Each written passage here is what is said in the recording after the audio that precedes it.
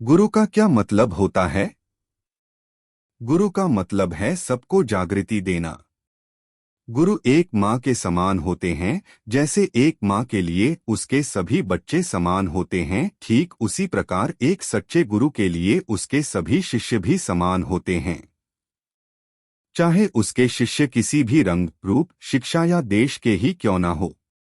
गुरु चाहता है कि वह अपने शिष्य को उसके ही आत्मबोध का बोध कराए, और जब उसे अपने स्वरूप का बोध हो जाए तब वह उसे प्रभु का कार्य कराए।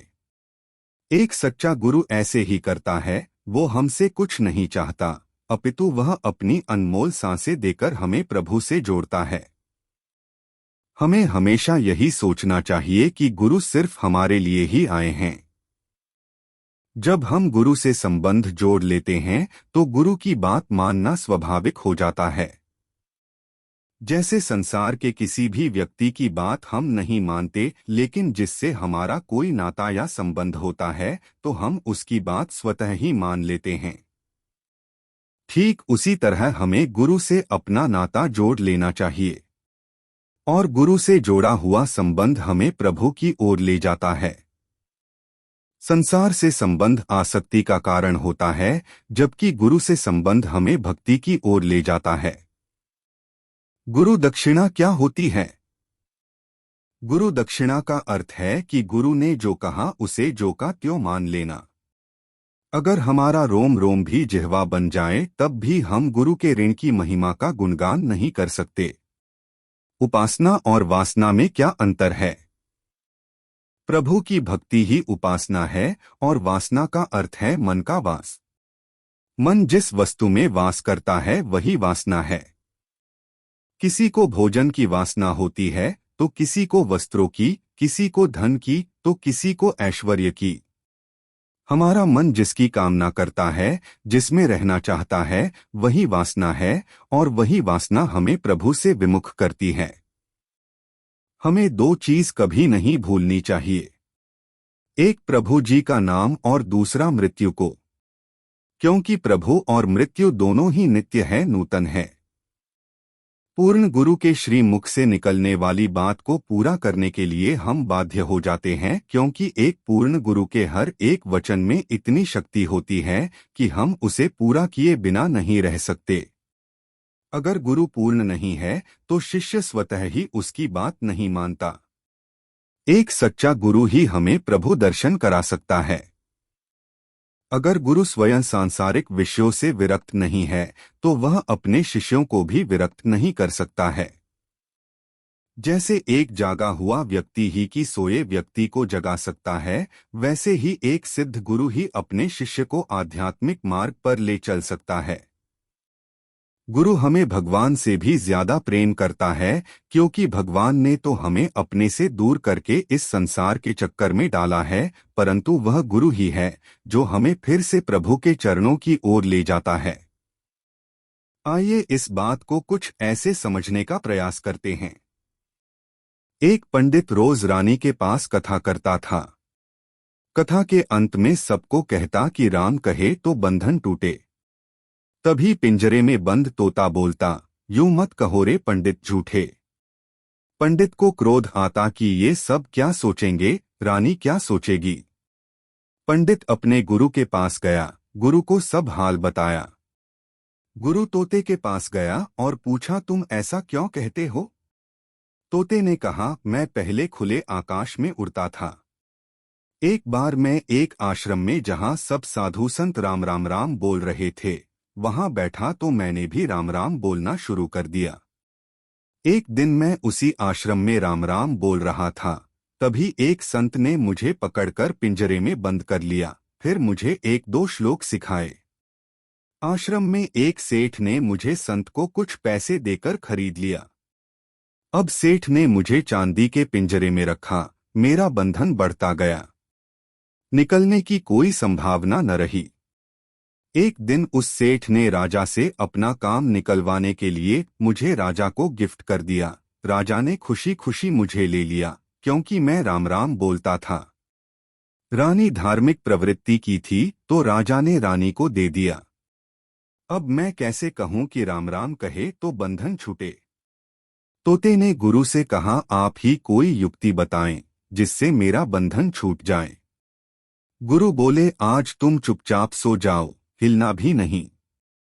रानी समझेगी मर गया और छोड़ देगी। ऐसा ही हुआ। दूसरे दिन कथा के बाद जब तोता नहीं बोला, तब संत ने आराम की सांस ली। रानी ने सोचा तोता तो गुमसुम पड़ा है, शायद मर गया। रानी ने पिंजरा खोल दिया। तभी तोता पिंजरे से निकलकर आकाश में उड़ते हुए बोलने लगा, गुरु मिले तो बंधन छूटे।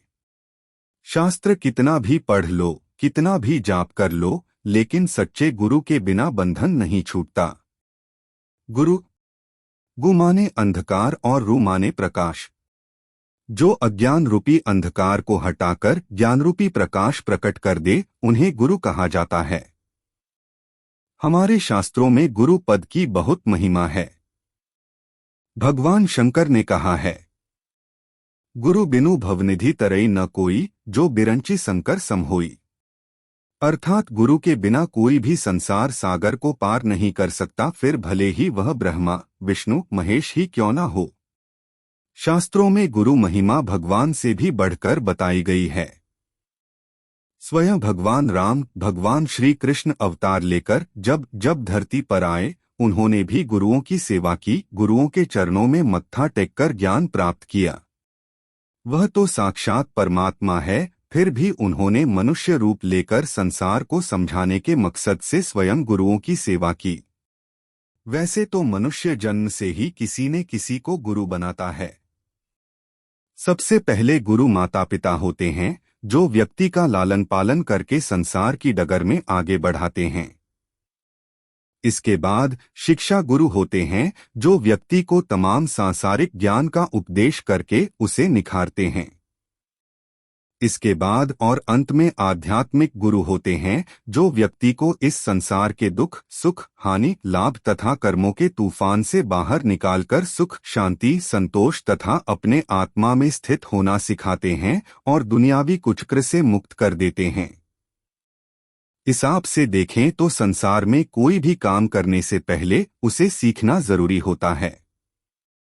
उदाहरण के तौर पर जिस प्रकार एक कन्या को रोटी बनाना सीखना होता है, तो उसे माँ का आश्रय लेना पड़ता है। माँ उसे अपने सानिध्य में रखती है और रोटी बनाने व बेलने आदि की कला सिखाती है।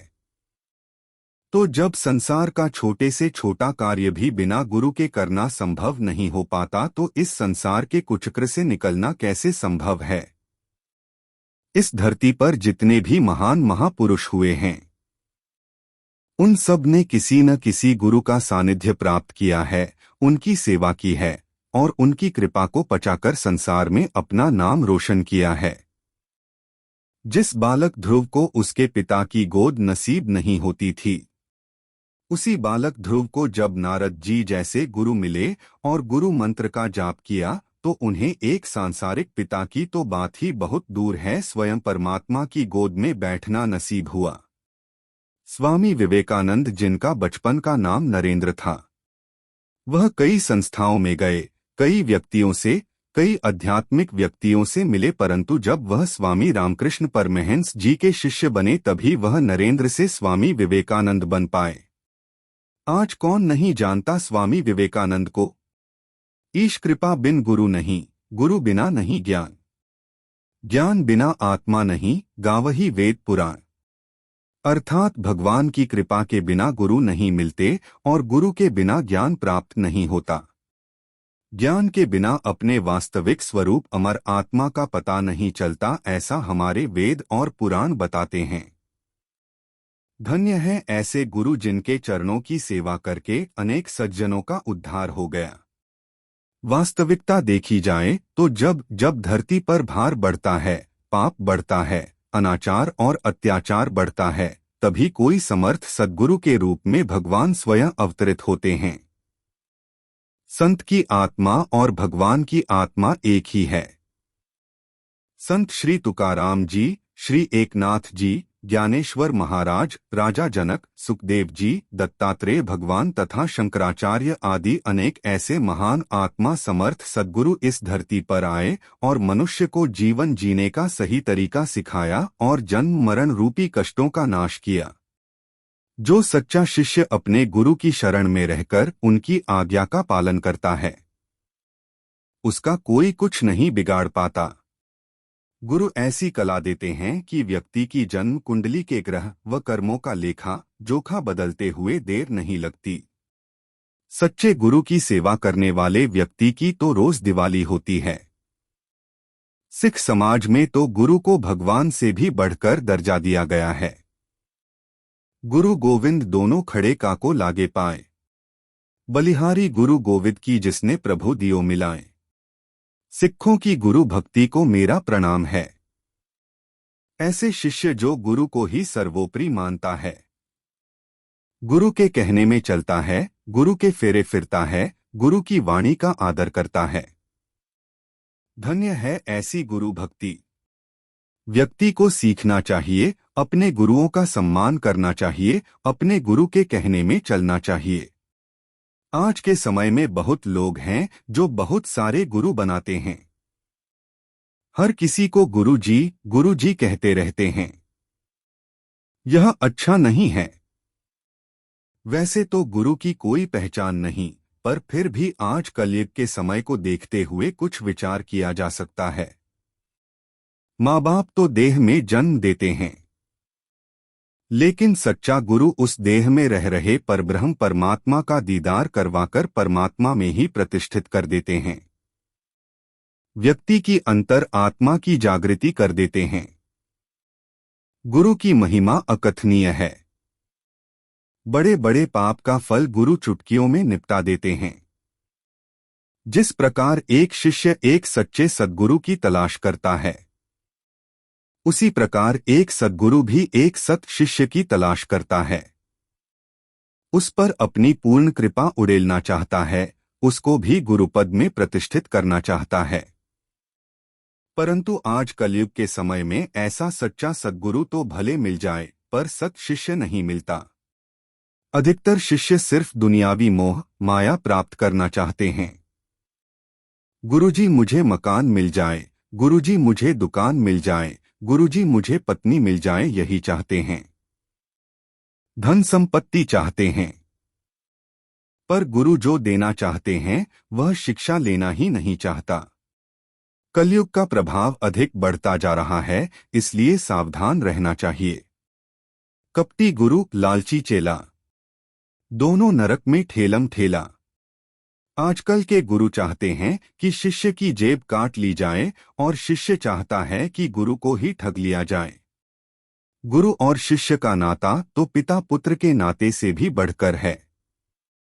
शास्त्रों में किस प्रकार गुरु अपने शिष्य के कर्म को चुटकियों में निपटा देते हैं, इसके कई उदाहरण हैं। एक बार गुरु नानक देव जी घूमते घूमते एक सेठ साहूकार के यहाँ पहुंचे। उस सेठ साहूकार ने नानक देव जी की बहुत सेवा की। अपने हाथों से गुरु जी के पैरों की चरण चंपी की, बड़े प्रेम से भोजन करवाया, पंखे से हवा की और बड़ा उत्साहित और प्रसन्न हुआ कि मेरे ऊपर भगवान की कितनी बड़ी कृपा है कि आज गुरु मेरे घर पर पधारे हैं। रात्रि होने पर सब विश्राम करने लगे। रात्रि में स्वप्न के दौरान उसने अपने आप को बड़ा पीड़ित, असहाय और रोगी के रूप में देखा। वह सारी रात इस सपने को देखते हुए परेशानी में रहा। सुबह उठकर वह बड़ा विस्मित हुआ कि इतने बड़े ज्ञानी के दर्शन हुए, इसके बावजूद भी मुझे ऐसा स्वप्न क्यों दिखा। मेरी सारी रात काली बीती है। इस बात में भी कोई न कोई रहस्य होगा। उन्होंने नानक देव जी से इसके बारे में पूछा कि गुरु जी, आप जैसे महान आत्मा का दर्शन करने के बाद तो व्यक्ति का चित्त प्रसन्न रहना चाहिए, व्यक्ति को शुभ स्वप्न देखने चाहिए, परंतु मेरे साथ तो उल्टा हुआ। गुरु नानक देव जी ने कहा, बेटा, संतों की महिमा को पूरा कोई नहीं समझ सकता।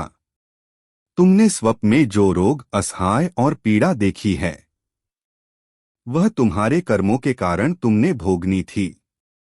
परंतु साधु की सेवा करने मात्र से तुम्हारे रोग के कई साल सिर्फ एक रात में कट गए, और वह भी सिर्फ स्वप्न में ही दूर हो गए। ईश्वर अपना अपमान तो सह लेते हैं, परंतु गुरु का अपमान कदापि नहीं सहते। एक बार देवर्षि नारद ने वैकुंठ में प्रवेश किया। भगवान विष्णु और लक्ष्मी जी उनका खूब आदर करने लगे। आदिनारायण ने नारद जी का हाथ पकड़ा और आराम करने को कहा।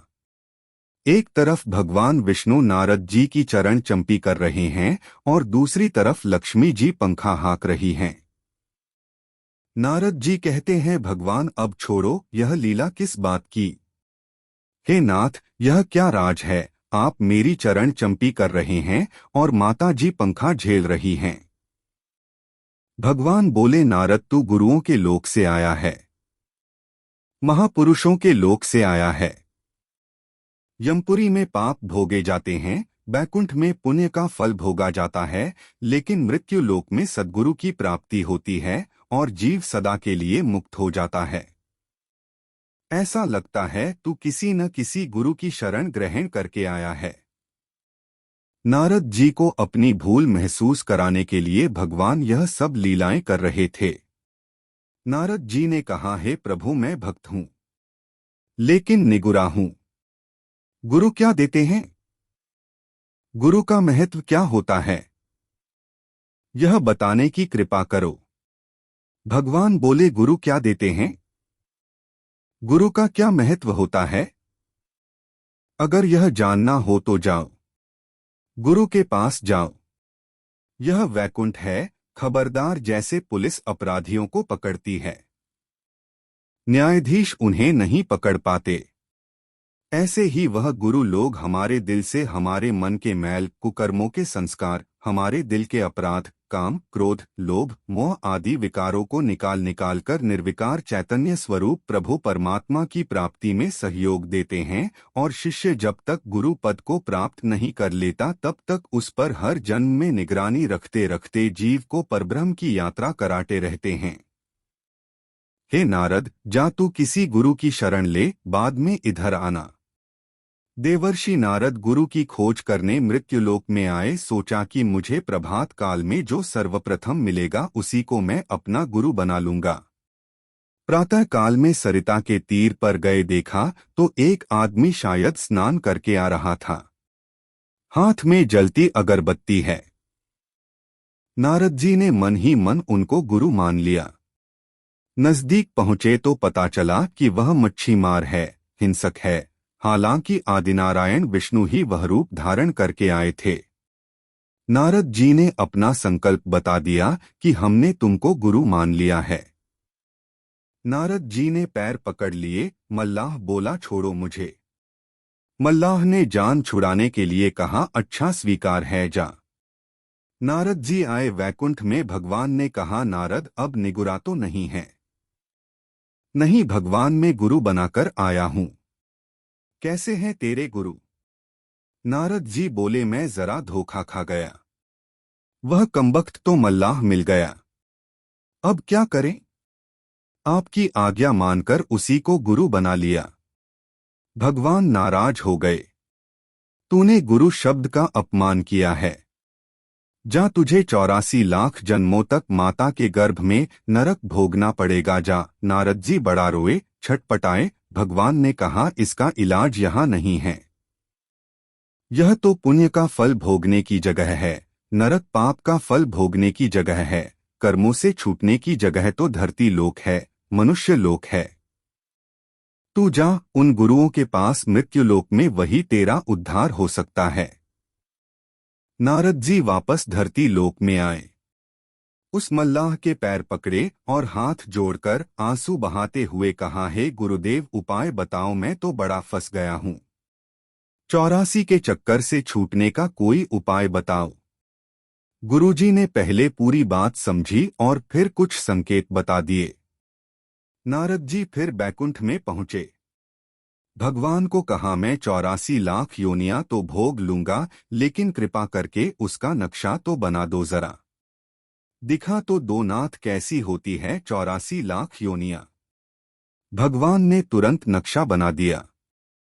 नारद उसी नक्शे में लौटने लगे। अरे यह क्या करते हो नारद?